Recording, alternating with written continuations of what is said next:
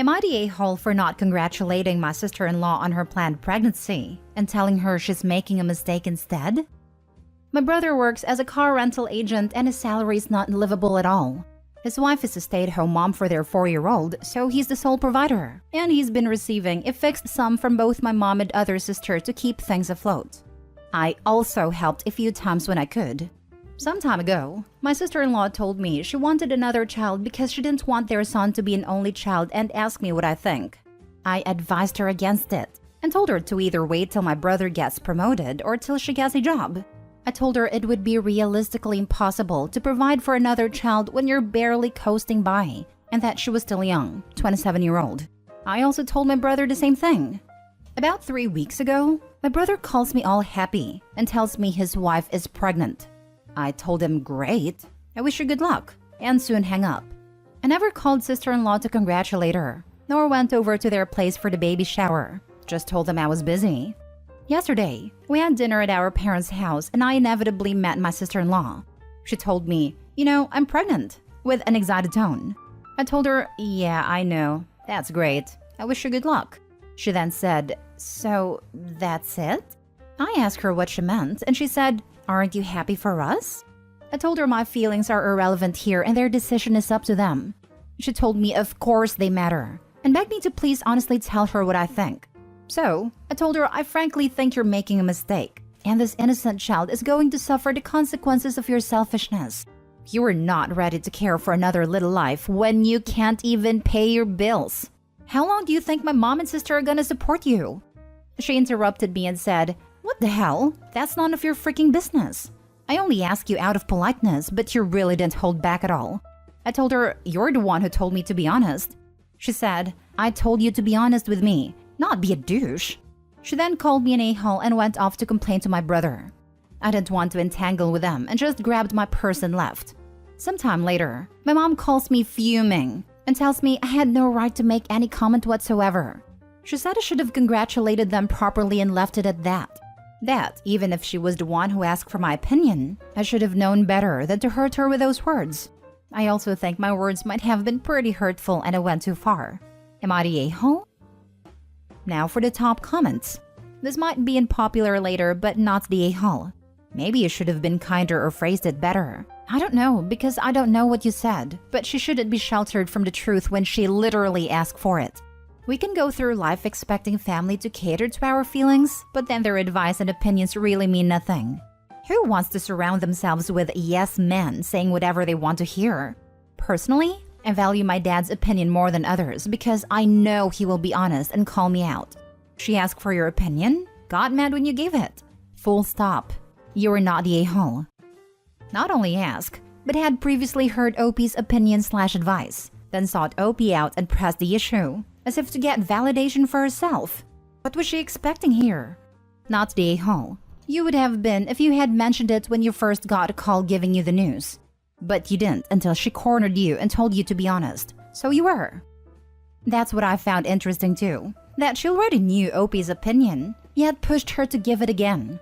It's like she either wanted to start drama or she was delusional in hoping that OP had changed her mind, even though none of their circumstances had changed. Not the a-hole. I never understand people who does not have enough money even for one person, and then they marry and make 2+ kids and they have no money. Some people lose their rational thinking capability when the topic comes to kids. If you cannot live with one wage with 3 people and you get support from the family, you cannot live with 4 people. Not the a-hole. Don't give them money anymore, even if you can afford to do so. Yes, this exactly. Yeah, or at least don't give until brother picks up his second job and is looking to improve his lot and sister-in-law. And make it clear that all help will end if they have another kid. They need to feel the consequences of their choices before help can be considered, so they won't be tempted to do it again. Next story. Am I the a-hole for telling my sister nobody was interested in her PhD research? My sister, 34 female, and I, 31 female, come from a working-class family. Nobody in our family is higher than a high school education, save for us. I have a bachelor's and my sister is currently working on her PhD. Obviously, we're both proud of this, but my sister often brags to an extent that many in our family find uncomfortable or discouraging, and she talks down to people around her. When she began her program, she explained it in very technical terms that confused our aunt. When she was asked to clarify, my sister made a fuss about how it was so easy for her to understand, and she forgets that not everyone can wrap their heads around it. It's been an issue since she started her master's, and I've admittedly been at my wits' end with her for quite a while. I hosted Thanksgiving this year. When we were eating, my sister was asked about her research, and she went on a long, complicated spiel about her work. She was missing context, pulling out every 10-cent word, getting super technical, and under-explaining every concept. She talked for about 10 minutes straight, barely pausing for questions or comments. It dominated conversation. Eventually, I interrupted her and tried asking our dad about his work. My sister interrupted him and said she wasn't finished, then continued talking. I told her I was finished listening to her and that she could talk all she wanted but she'd need to do it in another room. She made some comments about my hosting and continued on. I stopped her again and told her that nobody was interested and she needed to be quiet, which she did. It was, admittedly, extremely awkward and quiet, and my husband decided to just plow on and make conversation with an aunt of mine. After that, conversation carried on as usual with my sister being very, very quiet. Afterwards, our parents scolded me for being rude but said my sister was being over the top. But I should have just let her talk. A few of our other relatives thanked me for cutting her off. Her fiancé called me yesterday morning and said I embarrassed my sister and made her feel ashamed. He implied I was jealous of her success and asked me to formally apologize to her. I said I'd apologize to her, but I wouldn't mean it, and he hung up on me. I've thought it over and I can see how my approach was wrong, but I genuinely did not see any other option at a time. Always willing to learn though, and seeking a new perspective. Am I the a-hole for telling my sister nobody was interested in her PhD research? Everyone sucks here. Your sister needs to know how to explain her doctoral work to a lay audience, if she has any hope of passing her dissertation committee. She also needs to learn how to craft an elevator sentence. She also needs to learn how to take a hint gracefully.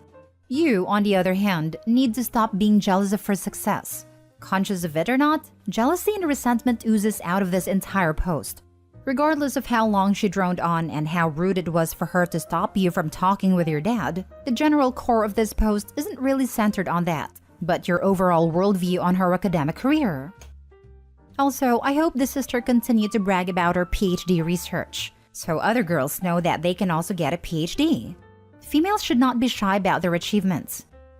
My problem is that she has never been this supportive of my achievements. She tells me constantly we aren't on the same level, and assures me it's okay, but makes backhanded remarks about my intelligence and level of education. I think it's great she's getting a PhD and I'm glad she's proud of it, but that pride doesn't need to be at everyone else's expense in my opinion. Then you need to correct her. She's your sister. Should be easy to say, what you just said is insulting and hurts my feelings. Please learn to be more tactful. I'm an especially frank person. My sister dyed her hair red one time and asked me how it looks. And I said I don't like the red, and it makes her look like the Wendy's girl. And she responded with, I am looking for compliments, and not criticism to make me feel bad. Now I know to lie and say, it's not bad, if I hate it. Next story. Am I the a-hole for calling every morning? My son is a 20-month-old toddler. My wife is a stay-at-home mom. I work 6 days a week and I'm usually gone for 12 hours a day. I always check in on my son remotely via our nursery cam app, and is always awake in the morning around 8. He has a great sleep routine. Our wind-down time starts at the same time every evening. We clean up toys, read a book. When I lay him down, he's still awake. He falls asleep on his own and sleeps all night for at least 12 hours. It's usually after 9 before I have a chance to check the camera. This morning, when I checked, it was 9:12 and some mornings are closer to 10. Every time I look though, he's always in the dark and standing in his crib just waiting. When I see this, I immediately turn on the brightest night light the camera has and speak to him through the camera app. I always tell him good morning and I love him, and he usually laughs and says Dada. Then, I leave the app, call my wife to wake her up. I usually have to call 3 to 4 times, and when she finally answers, it's obvious that she just woke up. And only because I called. I tell her that our son is awake waiting for her and that she needs to get up to start their day. This morning while on the phone, I asked her if she was going to get him after using the bathroom, and she said no. She was going to the kitchen to prepare their breakfast and then she'd get him. I asked her to get him after the bathroom so he could go to the kitchen with her, and she flipped out. She told me it angers her that I call every morning to tell her how to be a mom and that she has a routine. I retorted with, well, your routine sucks because he's been awake for an hour and you'd still be asleep if I hadn't called. It just bothers me that he has to wait so long. He needs a diaper change. He's probably thirsty, hungry, and just wants to play. Am I wrong though? Do I need to stop? Please be completely honest with your answers. Thanks. Now for the top comments. You're the a-hole.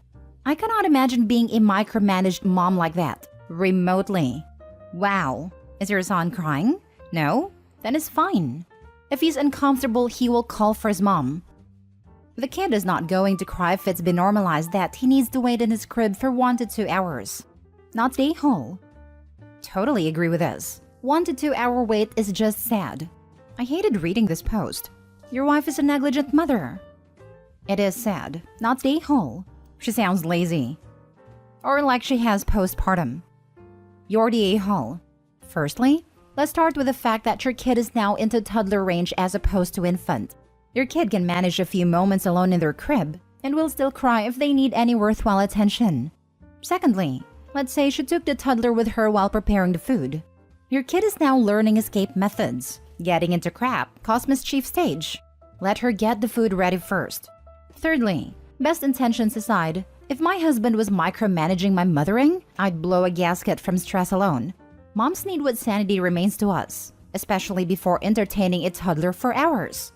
Fourthly, there was zero indication of why you thought your son was up for an hour, which makes me think it wasn't necessarily true so much as you just wanted to add spice to the insult you slung at your wife. You chose her to be the mother of your child. Now let her do her job in peace. He clearly states that his son usually is awake by 8, and mom doesn't come get him until past 9, sometimes as late as 10. That's not a few moments. Last story. Am I the a-hole for storming out of my wedding reception after sister-in-law's speech? I, 26 male, got married to my wife, 32 female this weekend. The ceremony went great and the reception was going well. Just after we ate, my father-in-law and best man spoke, then my sister-in-law. All was going smoothly until she brought up an awful time in my life. A little background. During COVID, I lost most of my savings on the business I had unluckily opened in October of 2019. I was also dealing with bad gastrointestinal problems and horrible IBS. I felt horrible, like I had no hope, and getting my life back in order would take forever. Friends who had been a part of my business left due to the failure, and others due to the medical problems. My fiancé was the only one who supported me and gave me hope. She helped me rebuild my self-esteem and eventually my business, and I cannot thank her enough. When I was at my lowest, I wrote an emotional note about these feelings and went into detail about all the horrible things I felt both emotionally and physically. I also wrote about how she was my strength and kept me afloat. I told my wife about writing my thoughts but never showed her the note. Midway through sister-in-law's speech, I saw her unfold this dreaded note and start to read it to the audience. Not just the part about my wife, but a full paragraph before it, where I described how hopeless I felt and the details of my darkest moments from my toughest battles with IBS. I was so embarrassed. My sister-in-law started to cry as she got through the part about my wife, and went on to say she never knew how bad it was, but knew our love would overcome anything. I got red in the face, stormed out to the back of the venue and lit up a cigarette, which I haven't had in years. Some family members ran out, but I told them I needed to be alone. I came back after a bit. Everyone was eating and dancing, but I was still getting stares and I just felt horrible. My wife comforted me, but we didn't really talk it through since she was entertaining family and whatnot. After the party, I brought it up with my sister-in-law. I told her I felt violated that she would somehow get a hold of that note, and not only read it, but share it with everyone. I said it hurt, because the memory of the wedding certainly felt tainted by the speech and my reaction. She told me she wanted to share a beautiful image of our love. I didn't see anything wrong with it. That it reminded her of when her smoothie business failed and it gave her hope. She even told me it was a toxic coping mechanism to repress those feelings and be ashamed of them. I felt like the conversation was going nowhere, and we didn't speak for the rest of the night. It hasn't helped that distant family and friends have been recommending IBS treatments to me. My wife agrees with me, but thinks sister-in-law had good intentions. I told her she's an a-hole regardless for not even checking with me. Sister-in-law hasn't reached out to apologize yet. And I heard from mother-in-law she thinks I'm overreacting and trying to villainize her. Am I the a-hole? Edit. I am trying to respond to each one as soon as I can. Just want to say here that my wife did not know where the note was. I never even told her specifically about the note, just that I like to journal my thoughts and feelings. Info. Why are you not more concerned with where sister-in-law would have gotten the note, if not from your wife? Who else even knew about it? This. Sounds like the wife was in on it, which is why she's going on about sister-in-law's good intentions. Sorry about the late response. I replied to another comment earlier, but it may have moved to the bottom. My wife did not know the note existed, only that I journaled my thoughts during those dark times. I do have a theory though. Too much info warning. My IBS usually fluctuated a lot. During the times of constipation, I found that nicotine and coffee made me go. Weird, I know, but whatever works. As I tried to quit cigarettes, I started smoking more THC hemp/weed. We live in a legal state, with some tobacco mixed in to help with bowel movement. I used to journal when I smoked, and usually kept my notes in my little weed bag. I had a sneaking suspicion sister-in-law's a smoker too, and maybe she found a bag. I haven't touched the bag since I got a new e-cigarette electronic THC pen last year, so I wouldn't have noticed anything missing. I'm sure the note could have fallen out too since we reorganized our house this summer, and a lot of things got mixed up. Just a theory. Okay, so not only did your sister-in-law publicly humiliate you at your own wedding, but it's very likely she roots through your private possessions and straight up just steals things from you? There's a lot of boundaries being violated here. She clearly doesn't respect you, your privacy, your property, or your consent. She's unquestionably in the wrong, and you probably shouldn't let her in your house or have access to anything else you own.